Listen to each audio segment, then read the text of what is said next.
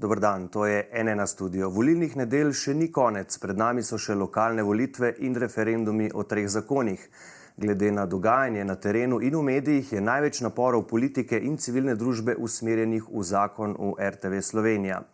Nezadovoljstvo zaposlenih se še naprej povečuje, nekatere ključne položaje v javnem zavodu, zlasti na televiziji in njenem informativnem programu, pa zasedajo sodelavci in podporniki prejšnje oblasti. Zaposleni govorijo o prevzemu, retorika se stopnjuje.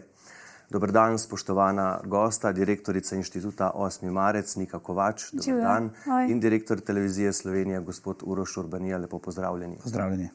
Še preden pa začnemo, bomo nekaj pogledali. Velik del zaposlenih v tem trenutku še vedno stavka. V ponedeljek so imeli znova novinarsko konferenco. V njej, na tej novinarski konferenci, gospod Urbanija, so celo dejali, gospa Helena Milinković, ki bomo zdaj slišali, da morate vi oditi najprej, da vam je treba celo prepovedati vstop na RTV Slovenija. Pa poglejmo zdaj to izjavo. Ne bomo pristali ne na šikaniranja, ne na poniževanja in ne na deprofesionalizacijo poklica. Tisti, ki to zagovarjajo, naj odidejo takoj. Javnost jim ne zaupa, zaposleni jim ne zaupajo. Gospodar, odpokliči svoje pse. Gospa Nika Kovač, a je to za vas še sprejemljiv način izražanja sindikalnih oziroma stavkovnih zahtev? Gospodar, odpokliči svoje pse?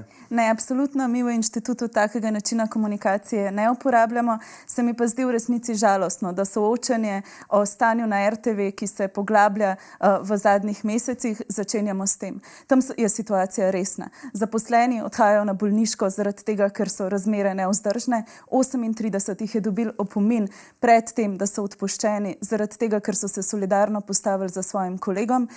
Oddaje se ukinjajo brez jasnega pojasnila in hkrati smo se zdaj v tem trenutku ne zapletali v to, kaj se tam dogaja zdaj že zadnje leto, ampak v eno samo izjavo nekoga. Torej, če moram odgovoriti na to in absolutno odgovorim, to ni način komunikacije, ki ga mi podpiramo, ampak dajmo se pogovarjati o tem, kar je bistveno. Torej o tem, kar se dogaja na javni RTV, ki je bila popolnoma politično prevzeta.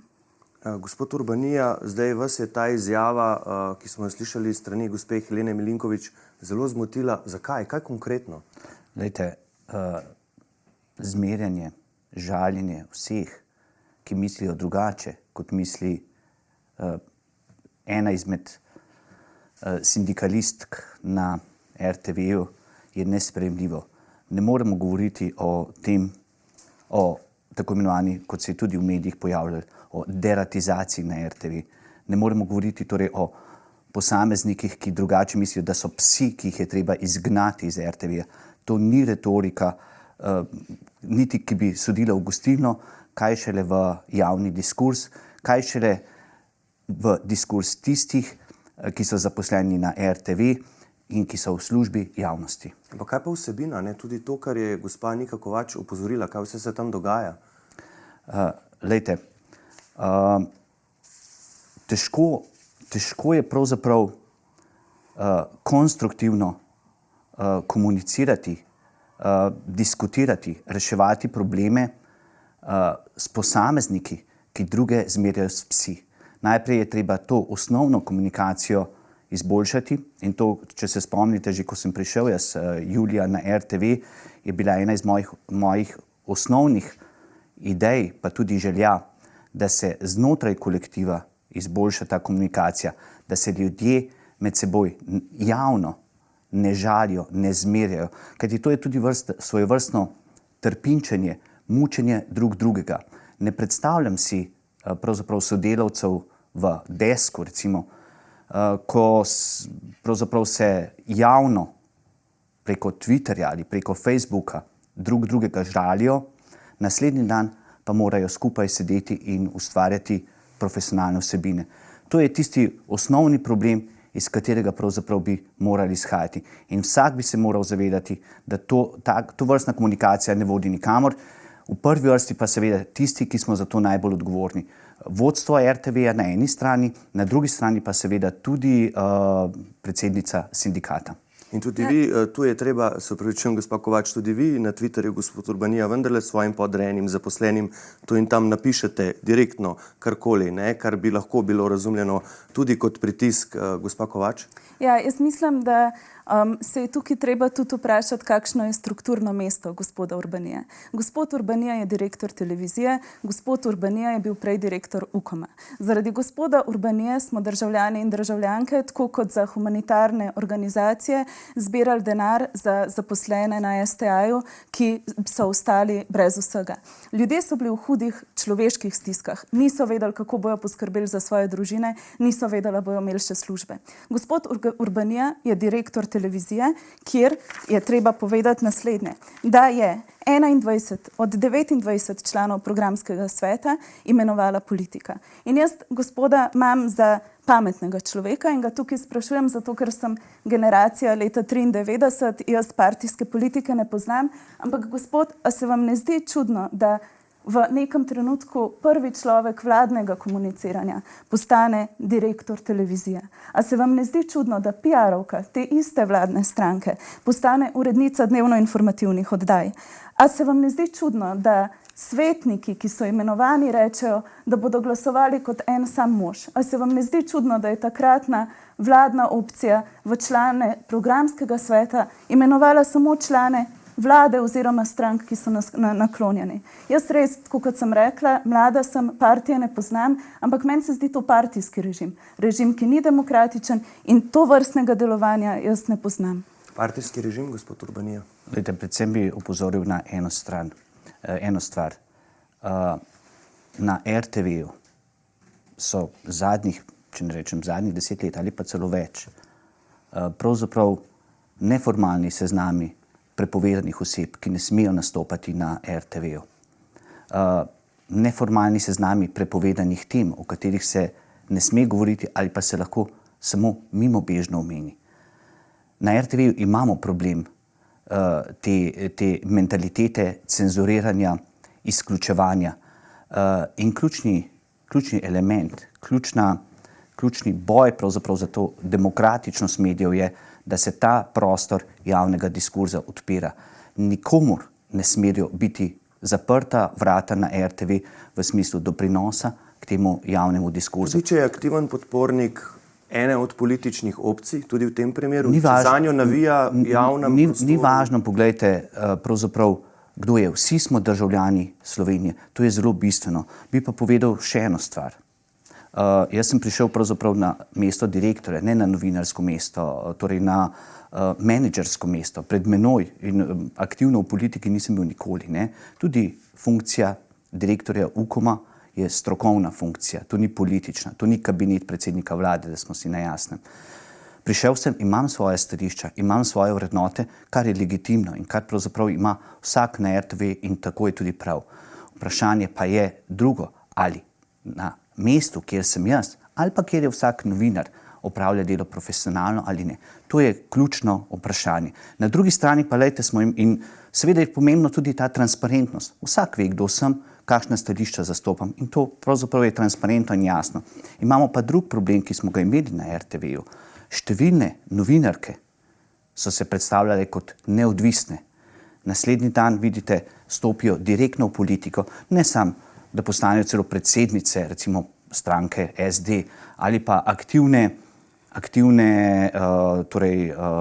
političarke znotraj državnega zbora, odhajajo tudi v PR službe strank in tako naprej. In to je ta problem. Saj, če en dan si nekaj govori v javnosti, na to se pa izkaže, da si nekdo drug. Tukaj je pomembna ta transparentnost. Ni važno, kakšne ideje imamo, kakšna stališča. Moramo biti transparentni. Pomembno pa je, da ko delamo, ko upravljamo svoje delo, da ga upravljamo profesionalno. Ja, jaz imam potem še nekaj vprašanj glede transparentnosti, glede cenzure, glede vsega. Zakaj se potem novinarje kaznuje, ko omenijo, da je bil prispevek uvrščen po izrečenem navodilu nekoga? Zakaj se potem novinarje kaznuje, ko se postavijo drug za drugega in izrazijo solidarnost? Zakaj so nekatere oddaje ukinjene? Zakaj so kar naenkrat zginile, čeprav to nikjer ni bilo zapisano ali naročeno? In tukaj, gospod Urbanija, se ne gre samo za Studio City, ki ga vi transparentno ne marate. Tukaj se gre za oddaje, kakor je Zvezdana, za oddaje, ki so bile namenjene ljudem. In kar pa se jaz strinjam, je pa to, da razmere na RTV-ju nikoli niso bile popolne.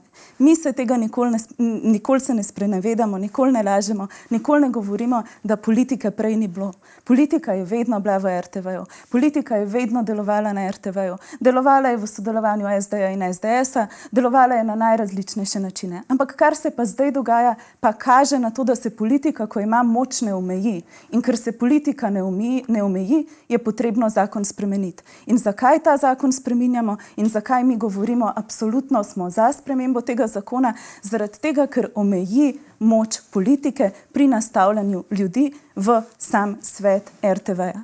In to ne počnemo zato, ker bi se mi želeli v prvi vrsti znebiti gospoda Urbanije. To počnemo zato, ker nočemo, da potem na eni točki gospod Golob nastavi svoje ljudi, pa se razvijajo enake prakse. To počnemo zato, ker se nam zdi ta zakon preprosto najboljša možnost za to, da se omeji prevzem politike na RTV-ju in da se omeji širjenje politične propagande. In zato smo za. In za smo še zaradi enega razloga, zaradi tega, ker verjamemo, da je to na dolgi rok najboljši možen zakon, ki bo to uredil. In o tem se dajmo pogovarjati.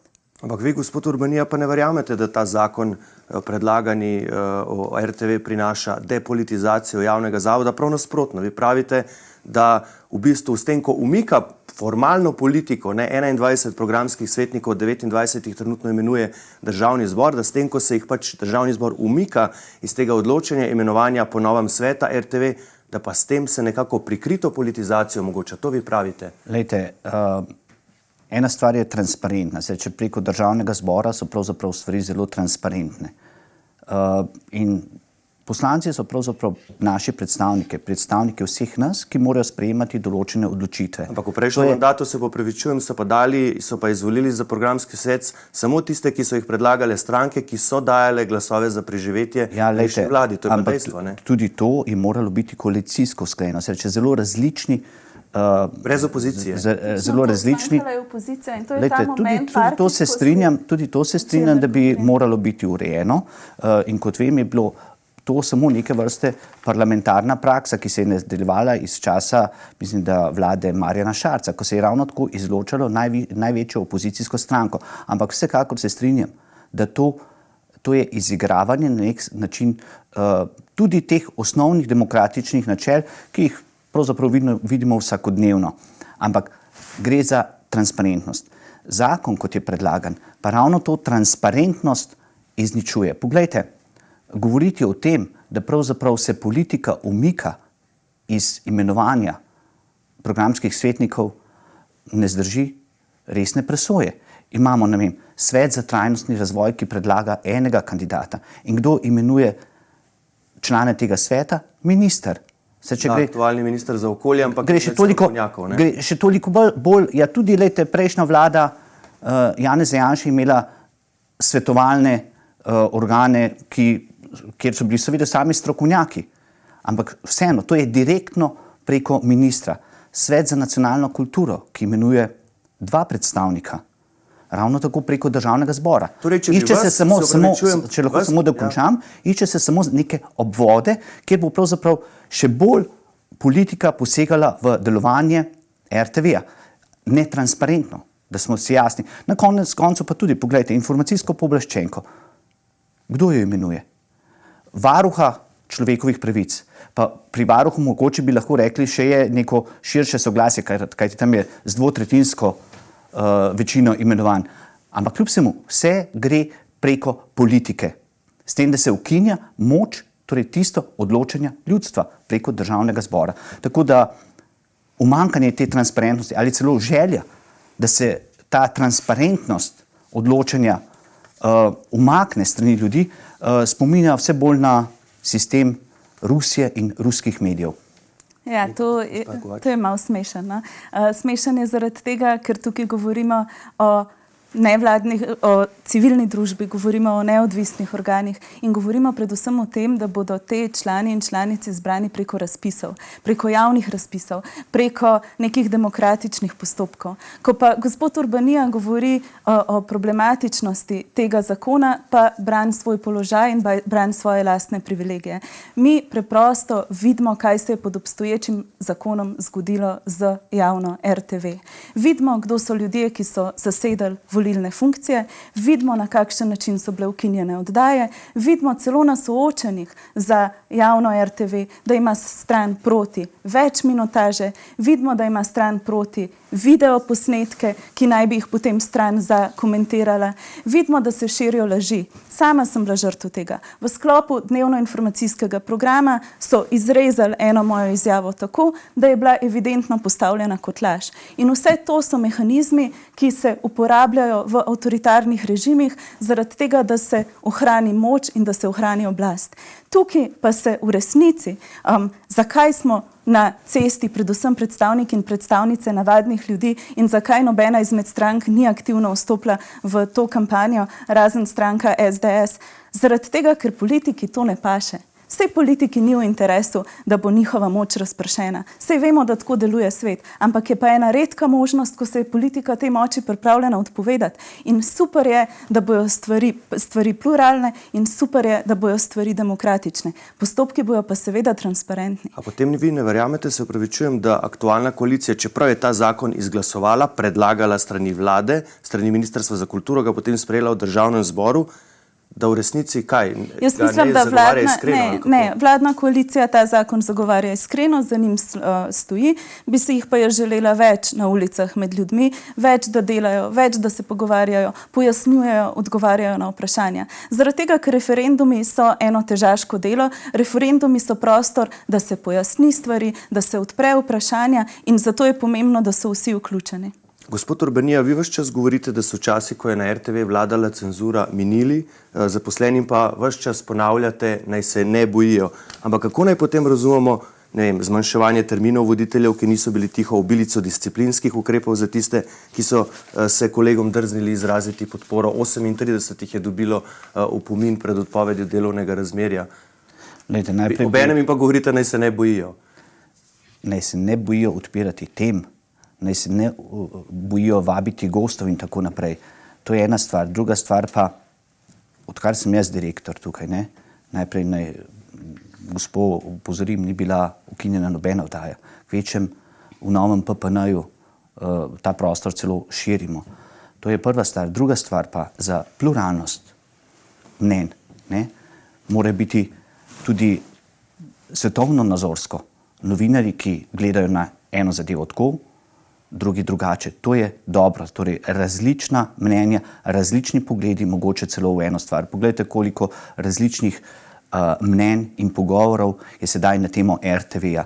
En problem tega zakona seveda je bil ravno to, da se je sprejemal po nujnem postopku, da je aktualna vlada želela preprečiti kakršnokoli javno debato na RTV-ju. RTV rabi spremembe. RTV ima veliko težav. Ampak te težave se ne odpravljajo tako, da pravzaprav stvari prikrivaš, deluješ netransparentno in pravzaprav preko stranskih vrat želiš prevzeti popoln nadzor nad RTV-jem. Jaz bi pa sam prebrala par anonimnih pričevanj delavcev in delavkov na RTV-ju. Strah me je zase za svoje zdravje. Najslabša so jutra, ker ne vem, kdaj se bo v službi spet zaostrilo. Delamo v zračju strahu. Edino merilo je domnevna politična opredeljenost posameznih zaposlenih. Kdor ugovarja ali se ne strinja z vodstvom, je označen za provladnega novinarja ali levičarja. Edini greh zaposlenih na RTV-ju, edini greh Saše Kranjca, ki mu je bilo občutno zmanjšano število njegovih vodenj oddanj, edini greh urednice Vesne Pfeiffer, edini greh ljudi, ki tam stojijo, je njihova kompetentnost, je njihovo spoštovanje novinarske avtonomije, je njihovo spoštovanje tega, kar novinarstvo je. In novinarstvo je novinarstvo takrat, ko lahko kritizira vse politike, ko lahko kritizira vso oblast. Novinarstvo je novinarstvo takrat, kadar imajo novinarji možnost profesionalnega dela. In ljudje so zato kaznovani. Ljudje so dobili opomine pred odpovedjo. Ljudje so pa kaznovani tudi s poraznim programom. Programom, ki ga ljudje praktično več ne gledamo, zaradi tega, ker je kvaliteta vsebin padla. To, kar se dogaja na RTV-ju, je del širšega učbenika. Širšega učbenika, ki ga je uporabljala prejšnja vlada, ki je želela prevzeti vse mehanizme moči. In kar se dogaja v Rusiji, kar se dogaja v Belorusiji, kar se dogaja recimo na Madžarskem, v državah, po katerih se mi ne zgledujemo, je najprej to, da se prevzame Slovensko tiskovno agencijo. In tukaj bom še enkrat ponovila, da je gospod Urbanija to poskusil narediti s tem, ko jim je odvzel sredstva, ko so ga opozarjali odvetniki, ko so ga opozarjala sodišča, ko ga je opozarjala mednarodna skupnost. Te ljudje niso imeli denarja. In drugi korak je prevzem nacionalnega medija. In kako se prevzame nacionalni medij? Da se najprej tja nastavi svoje ljudi, najprej se nastavi ljudi, ki so v hiši politično, s tabo, potem se pa pripelja nove, ki zdaj prihajajo, brez kakršnih koli kriterijev. In kar mene osebno skrbi in kar se meni zdi žalostno, je to, da se pri tem zakonu samo ne izpostavi preprostega dejstva. To se počne zato, da se omeji politiko v javni televiziji, da se omeji širjenje lažnih novic, da se omeji širjenje propagande. RTV je nekaj čudovitega. Na RTV smo vsi ponosni, na izjemne radijske postaje, na radovednega Tačka, na Živ žal. Odraščali smo ob RTV-ju, ob glasbi simfoničnega orkestra, ob vsem lepem, kar nam ponuja. In možnost imamo, da zaščitimo to in da zaščitimo drug drugega. In zato smo na tem referendumu za. Vse ostalo je pa žal želja po politični moči in oblasti. Mi v inštitutu od tega, da ta referendum delamo, ne bomo imeli popolnoma nič, razen bolj demokratične družbe. Gospod Urbanija.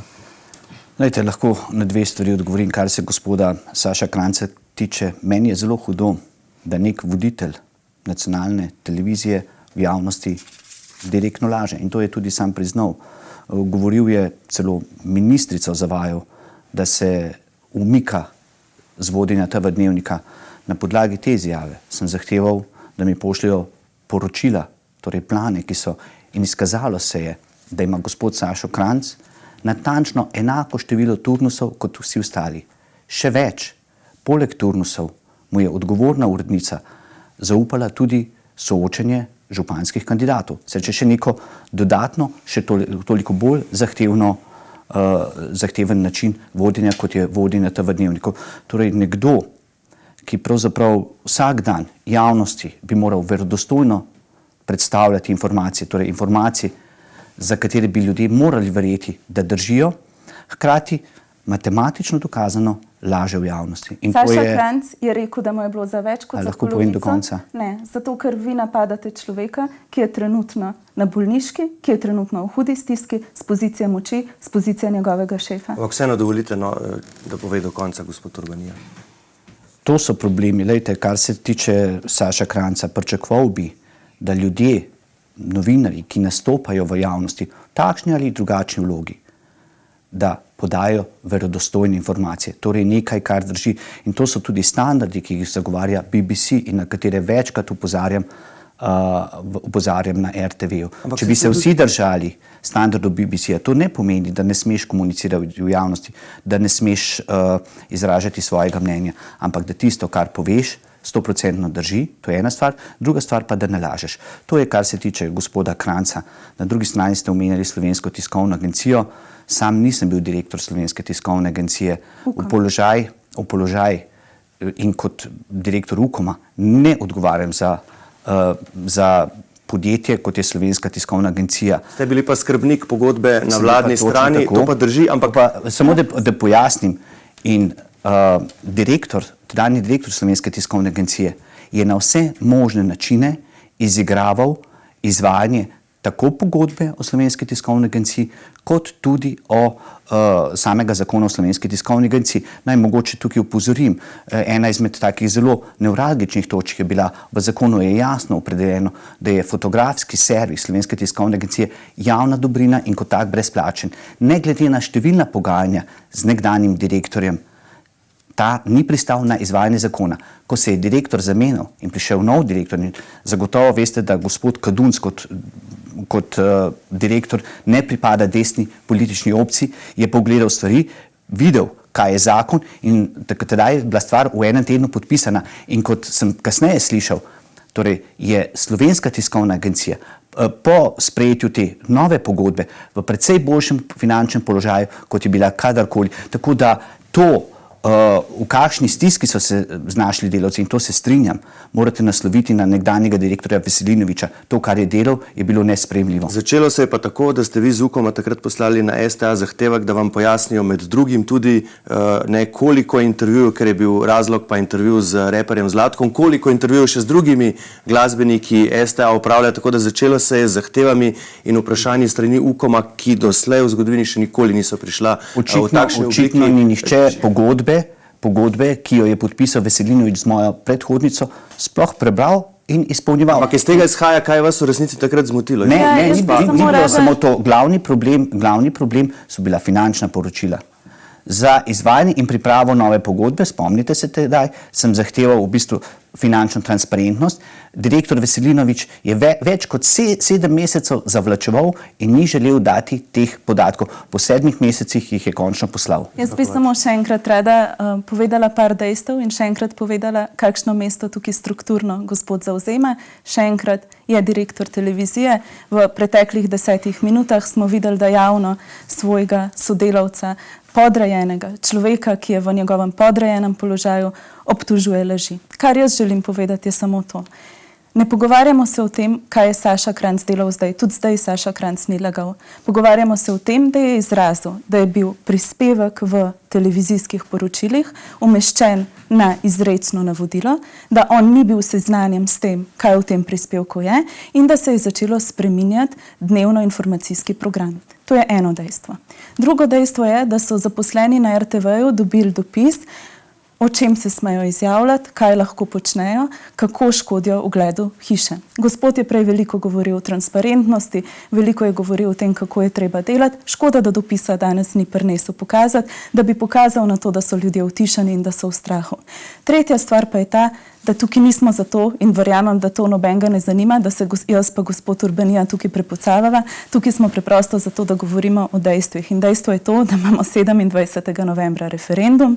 Na tem referendumu se odločamo, ali člane programskega sveta, ki imenujejo ljudi na funkcijah, imenuje politika, torej državni zbor preko, ali civilna družba s strokovnimi organizacijami in strokovnimi instancami. Kar mi v inštitutu govorimo je, da je ta druga možnost, ki omogoča več pluralizma, da je ta druga možnost, ki ustav pohlepen prevzem politike gospodov v kravatah, ene in druge opcije javnega medija, da je to pomembno, ker je to branik naše demokracije in da to zagovarjamo, ker verjamemo, da z javnimi mediji, ki kritizirajo nas vse, ki nastavljajo ogledalo, zaščitimo drug drugega in se s tem postavimo za delavce in delavke RTV, za skupnost. In to je vse, o čemer mi danes govorimo. Ampak velja pa tu spomniti, gospod Urbanija, da takrat, ko je prišlo do tega dogodka, ko je kolega Kranjc v studiu prebral tisto napoved, zakaj, da je pač prispevek objavljen v skladu z izrecnim navodilom odgovorne urednice Jadranke Rebernik.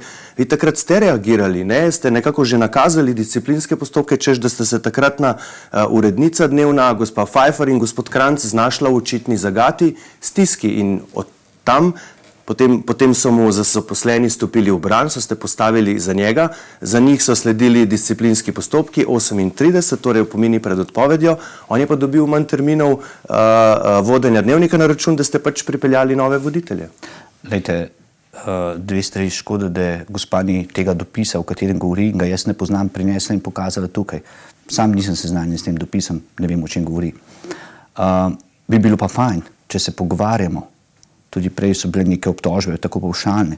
Če je kakršnakoli obtožba, da je konkretna. Zdaj, če se pogovarjamo o tem konkretnem primeru, šlo je za obračun v jezi z odgovorno urednico preko TV zaslonu. To je nedopustno. Sam sem imel neko soočenje na Radiu Študent, tudi z enim izmed urednikov, ki je bil celo proti kandidatu odgovorne urednice in je priznal, da v 30 letih se je pogosto zgodilo, in kar je tudi v medijskem svetu normalno, da odgovorni urednik naroči posamezno temo in si obdela, ampak nikoli se preko ekrana ni obračunala s tem ali drugim urednikom. Ker običajno uredniki so tisti, ki naročajo teme. Prav zato, ker je šlo za ta osebni obračun, ki ne sodi na ekran, ampak če so med sabo kakršnikoli spori ali karkoli, sodi to na uredniški sestanek, sem zahteval poročilo tako od gospoda Kranjca kot od gospe Pfeifferjeve. V poročilu sta mi oba povedala, zakaj sta to naredila. Ni bilo nekih profesionalnih, novinarskih razlogov za to objavo.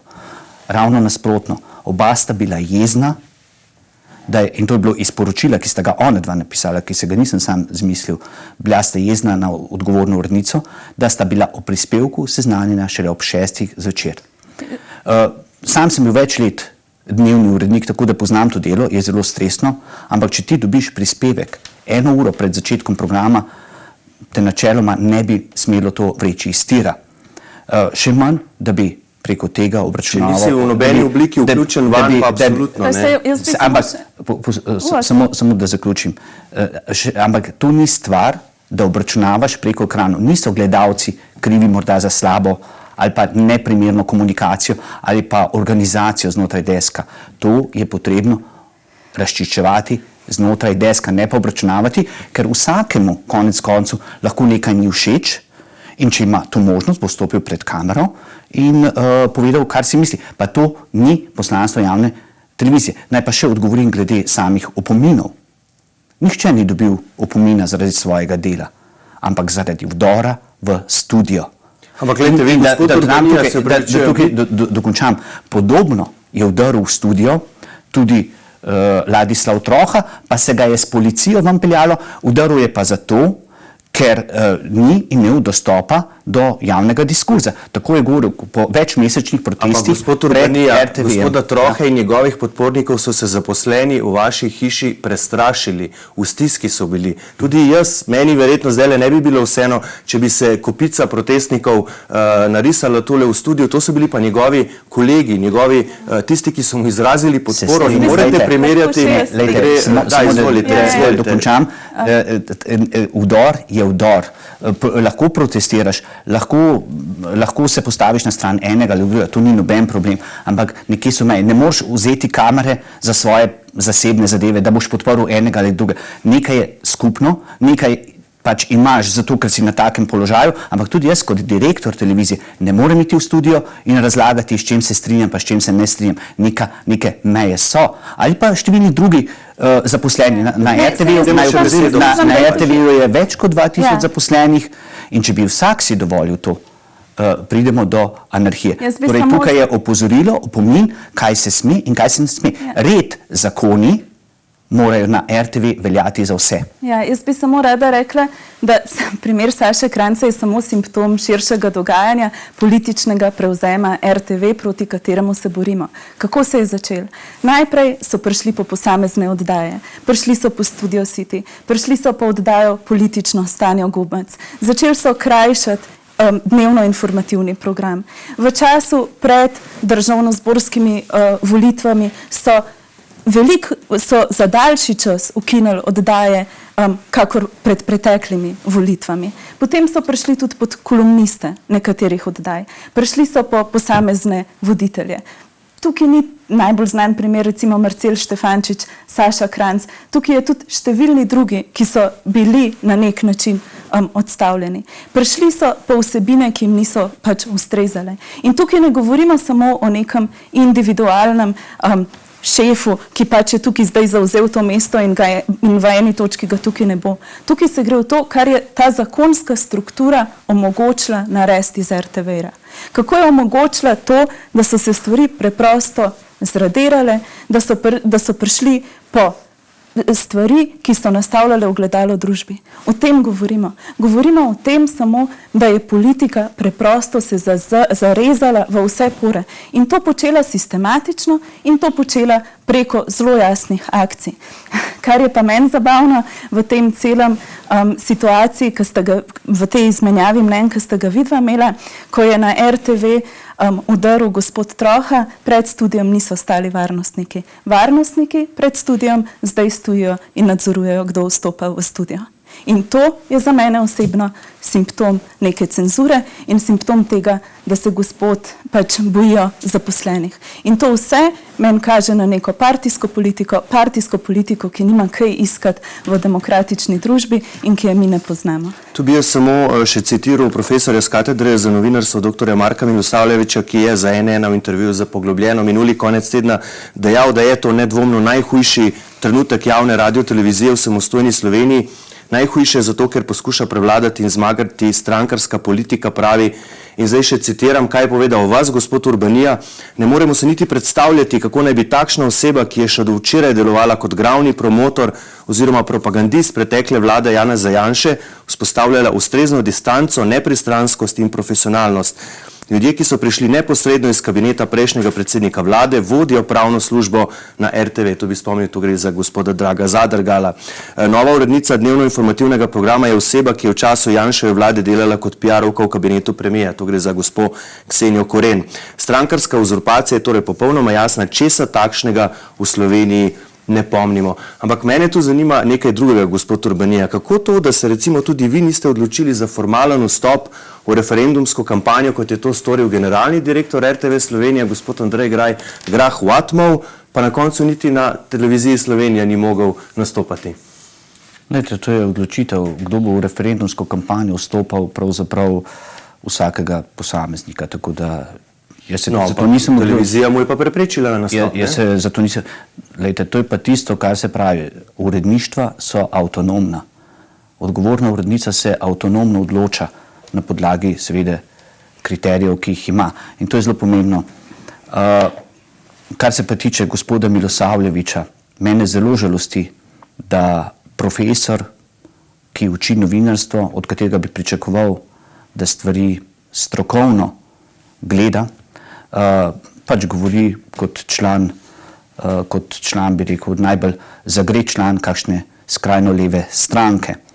Poglejte, kaj se je dogajalo v preteklosti na RTV. Jaz lahko vam svoj primer povem. Jaz sem bil odgovorni urednik MMC-ja in mislim, da leta 2011, ko so bile volitve decembra, naslednji dan po volitvah, ko se je izkazalo, da je zmagal gospod Zoran Janković, se je začel pogrom nad menoj, torej nad odgovornim urednikom, in da so me lahko odstranili, so ukinili delovno mesto odgovornega urednika MMC. Do danes ta problem ni rešen, če tudi je delavski svet, recimo, že leta 2017 opozarjal, da je to nedopustno stanje. Torej, to je bil en program, če lahko še naprej... Gospa, lahko povem do konca? Ja. Lahko povem, hvala. Potem imate naprej primer leta 2017, kako se je izobračunalo s tedanjo odgovorno urednico Jadranko Rebernik zaradi enega intervjuja, ki ni bil povšeči tedanji vladi, so odstavljali direktorico, urednika tednika in tudi njo kot odgovorno urednico. Konec leta 2017 so odgovorno urednico odstavili. In to so bile seveda tisti težki trenutki zgodovine RTV, kjer se je prvič dogajalo, da so očitno novinarji, uredniki, ki ne mislijo enako kot pravzaprav del leve politike, morali zaradi svojih pogledov zapuščati položaje. To je bil problem. Pod sedanjim vodstvom, pod mano, se ni nikomur skrivil las, vsi so obdržali svoje službe. Tudi če je bil kritičen do politike, ki jo podpirate vi? Tudi, poglejte, eno stvar moram priznati, ne? Večkrat so me vprašali, koga lahko znotraj informativnega programa najbolj pohvalim. In tukaj, če smo čisto iskreni, je naša paradna oddaja Tarča z voditeljico Eriko Žnidaršič, ki stvari vodi skrajno profesionalno. In to bi pričakoval od vseh voditeljev, od vseh novinarjev. Če bo šla stvar v tej smeri, potem se nam ni treba bati za RTV. Če bo šla pa stvar tako, kot gospa pravi, in se bomo vrnili v nekdanje čase, za katere sicer jih očitno dobro pozna, pa to ni prihodnost ne RTV-ja, ne demokracije v Sloveniji. Ne, meni se zdijo vsi poskusi političnega obračunavanja znotraj javne hiše ob menjavah političnih opcij problematični. Mi to vedno govorimo. Mi tukaj ne želimo braniti nobene politične opcije. Mi tukaj govorimo samo o principu, da tudi to, kar je gospod govoril, absolutno ni prav. Eden od temnejših trenutkov pa se dogaja na RTV-ju tudi zdaj. In zato je odličen trenutek, da se ta zakon spremeni, da se tudi določi urednika MMC-ju, da se vse skupaj v bistvu uredi in da se končno premakne stvar na boljš. Vsem je to v interesu in zaradi tega je ta glas za tako pomemben. Gospod Urbanija, zakaj pa vi menite, da je borba Inštituta 8. marec in vlade borba za TV Ljubljana? Ravno to, ker se želijo vrniti v čase, ki so že minili. Torej, čase, proti katerim se borimo, torej proti cenzuri, proti seznamu prepovedanih oseb na RTV-ju, proti seznamu prepovedanih tem. Ne, mi se hočemo vrniti v čase proti cenzuri. Tako bi smo rekli, brez cenzure hočemo. Lahko do konca povem. To so bili tudi zakon, ki je pač neka slaba kopija zakona, ki je obstajala predtem, torej do 2004, ko vemo, da je programskemu svetu vladal gospod Janez Kocijančič, torej neposredni dedič leve politike. In to je ta pravzaprav osnovni strah, še bolj pa strah pred netransparentnostjo. Torej, kot sem že omenil, programske svetnike bo znova imenovala večinoma politika, samo ne preko ljudstva, torej preko državnega zbora, ampak direktno preko ministrstev. Ja. Gospa Kovač? Jaz večino teh stricev sploh ne poznam, o katerih on govori, ampak kar hočem povedati pa je to, da absolutno mi ne zagovarjamo ljubljanske politike. Mi smo zadnje 3 tedne obiskali vsaj 20 mest, vasi, hodimo po Sloveniji, govorimo z ljudmi, ki opravljajo najrazličnejše poklice, z ljudmi, ki z nami prej niso imeli nobene veze in njihove želje po televiziji so različne. Hočejo ponovno gledati spet oddaje, ki govorijo o čustvih, ki kažejo na to, kaj se lahko vse človeku zgodi, hočejo gledati oddaje, ki jim kažejo, kaj se dogaja po svetu, hočejo se zbujati z prijaznimi voditelji na poročilih, hočejo poslušati radio, hočejo poslušati in odgovarjati na kvize. Želijo si televizije, ki je prijazna, ki je prijetna, ki je kritična do oblasti. In to ni ljubljanska televizija. Pa še to pogosto tudi dobimo vprašanje, a si vi želite pač leve televizije, kjer bi pa pač program diktirali levi. Absolutno ne. Najbolj dolgočasen program na svetu bi to bil. Mi si samo želimo strokovne televizije, ki sledi sodobnim trendom, ki sledi ljudem in ki jim kaže pač svetu vsej svoje raznolikosti in prvitosti. In to je sporočilo ljudi. To, kar ste preomenili, da ste po terenu, obiskali ste številne slovenske kraje, tam organizirate dogodke in vaši nasprotniki so vas že nekako začeli izzivati, da kako vi financirate vse te dogodke, ne? To ni poceni, morate se peljati naokoli po Sloveniji, organizirati vse te dogodke, je to na bazi prostovoljstva, kako v bistvu financirate? V bistvu ful hvala za to vprašanje, mi to kampanjo financiramo s prostovoljnimi prispevki, kar nekaj nam še manjka, tako da če je kdo pripravljen donirati za našo delo, bomo veseli. Gospod Urbanija, še vaša zaključna misel, tudi videli smo v ponedeljek je bila sklicana seja programskega sveta, pa potem razprava o razmerah tudi v PPN-ju, o programsko-produkcijskem načrtu, ni bila izpeljana zaradi tega, ker v bistvu pač poteka referendumska kampanja in se je vanjo kot fizična oseba prijavil tudi predsednik programskega sveta, gospod Peter Gregorčič. Se vam zdi, glede na to, da ste za transparentnost, za to, da vsak lahko pove, kar misli, gre to v tej smeri? Mislim, kaj učim? To, da razprava na programskem svetu ni bila omogočena v ponedeljek. Razprava, kar se tiče PPN, torej programsko-produkcijskega načrta za leto 2023, je bila, mislim, da saj že 2-krat ali 3-krat. To je bila samo končna razprava, torej pravzaprav končna potrditev programsko-produkcijskega načrta, takšen, kot je bil pravzaprav predstavljen, mislim, da že septembra in oktobra, pa še potem po posameznih komisijah. Tako da to nima neke, bi rekel, odločilne teže, tudi ta zadnja usklajena različica je to. Vi potem podpirate to, da ni te razprave do dneva referenduma? Ne, lejte, razprava je seveda lahko razprava, lejte, vedno, tudi sami veste, da se vedno odzovem na kakršnokoli razpravo, tukaj ni, mislim, da so argumenti zelo močni. To, kar delamo torej za željo res demokratizirati RTV, res narediti to hišo pluralno, torej to hišo takšno, v kateri se bo pravzaprav znašel vsak državljan. Nesprejemljivo je, torej, da ne vem, lahko 30–40% državljanov RTV-ja ne čuti kot svojega. Torej, v tem smislu je vedno znova se treba vprašati, ali morda kaj delamo narobe, ali lahko naredimo kaj boljše, da bomo lahko nagovarjali vse državljane. Zgled ob tem seveda nam mora biti v prvi vrsti preprosto lahko tista prva javna RTV, to je BBC, in če bomo potem delali, jaz mislim, da se za prihodnost ni bati. Če bomo šli pa v smeri politizacije, torej kar pripravlja sedanja vlada, spomnil bi še na izjavo predsednika vlade Roberta Goloba ob 100 dneh. Njegova največja žalost, bolečina ob 100 dneh je bila, da ni 100% prevzel kontrole nad RTV. Ni tega rekel gospod Urbanija, naša največja bolečina je RTV. Točno tako. Točno to, ampak predstavljajte si predsednika demokratične, prozahodno usmerjene vlade, da bi ob 100 dneh izrazil to, da je njegova bolečina RTV, ki ga pravzaprav ni prevzel tako, kot si je zaželel. In to je problem in proti temu se je treba boriti, če ne želimo pristati na nivoju Putinovih medijev, Putinove Rusije. Je to avtokratsko, to, kar je dejal gospod Golob, je to putinistično? Ne, absolutno ne. Pa tudi gospod Urbanija pač ponavlja stvari, ki jih mora govoriti. Pač tukaj se gre preprosto za to, da se je Robert Golob zavezal, da se bo stanje na RTV-ju uredilo in da se to stanje ni uredilo. In jaz mislim, tle sem jaz bila na zadnje, ko smo zmagali na referendumu za čisto pitno vodo, in jaz sem takrat rekla, da ljudje niso neumni, da ljudje točno vedo, kaj se dogaja in da je ljudem situacija jasna.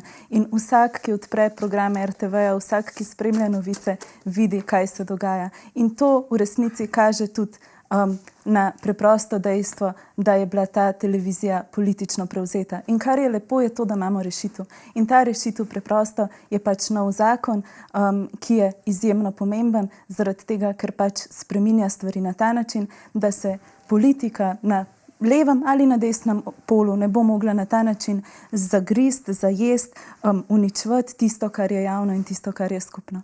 In to je to glavno sporočilo. Seveda, najbolje bi bilo, to bi bila idealna država, po moje, če bi politika čim manj posegala, urejala medije, ampak samo vzpostavljala pogoje, zato da lahko v mediji delujemo profesionalno in v interesu javnosti. To je najbolj pomembno. Bomo videli seveda, kako bodo na koncu odločili ljudje. Za danes pa spoštovana gosta, gospod Uroš Urbanija, gospa Nika Kovač, hvala lepa, da ste bila v tem studiu. Hvala lepa.